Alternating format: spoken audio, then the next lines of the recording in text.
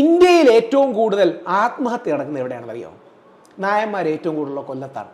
ഞാൻ കൊല്ലത്ത് നിന്ന് സ്ഥിരം സംസാരിക്കും, അമ്പൽ സംസാരിക്കും. ഇന്ത്യയിൽ ഏറ്റവും കൂടുതൽ സൂയിസൈഡ് ക്യാപിറ്റൽ ഓഫ് ഇന്ത്യ എന്ന് പറയപ്പെടുന്ന കഴിഞ്ഞ 10 വർഷത്തിൽ 4 or 5 പ്രാവശ്യം കൊല്ലം എന്ന സിറ്റിയാണ് വന്നത്. തിരുവനന്തപുരം മുതൽ എറണാകുളം വരെയുള്ള തിരുവിതാംകൂർ റേഞ്ചിലാണ് ഏറ്റവും കൂടുതൽ കുടുംബ തകർച്ചകൾ നടക്കുന്നത്. ഇതാണ് കണക്ക്. ഈ കണക്കറിയാതെയാണ് അവർ ഈ മുസ്ലിം വിരോധത്തിന്റെ പേരിൽ ഒരു അപരനെ സൃഷ്ടിക്കുന്നത്. അത് ആത്മീയ ശൂന്യത കാരണമാണ്. പറഞ്ഞാൽ മാറും. പറയുന്നില്ല. 2 കാര്യങ്ങളാണ് പറയാത്തത്. ഒന്ന്, പള്ളിയിലച്ചന്മാർക്ക് ഇത് പറയാൻ കുറച്ചു മടിയുണ്ട്. കാര്യം അങ്ങനെ ആകുമ്പോൾ ഒരു സിമ്പിൾ ചോദ്യത്തിൽ അവരെ തളച്ചു കളയും. എന്നാൽ നിങ്ങൾ കെട്ടി കുട്ടിയുണ്ടായ പോലെ.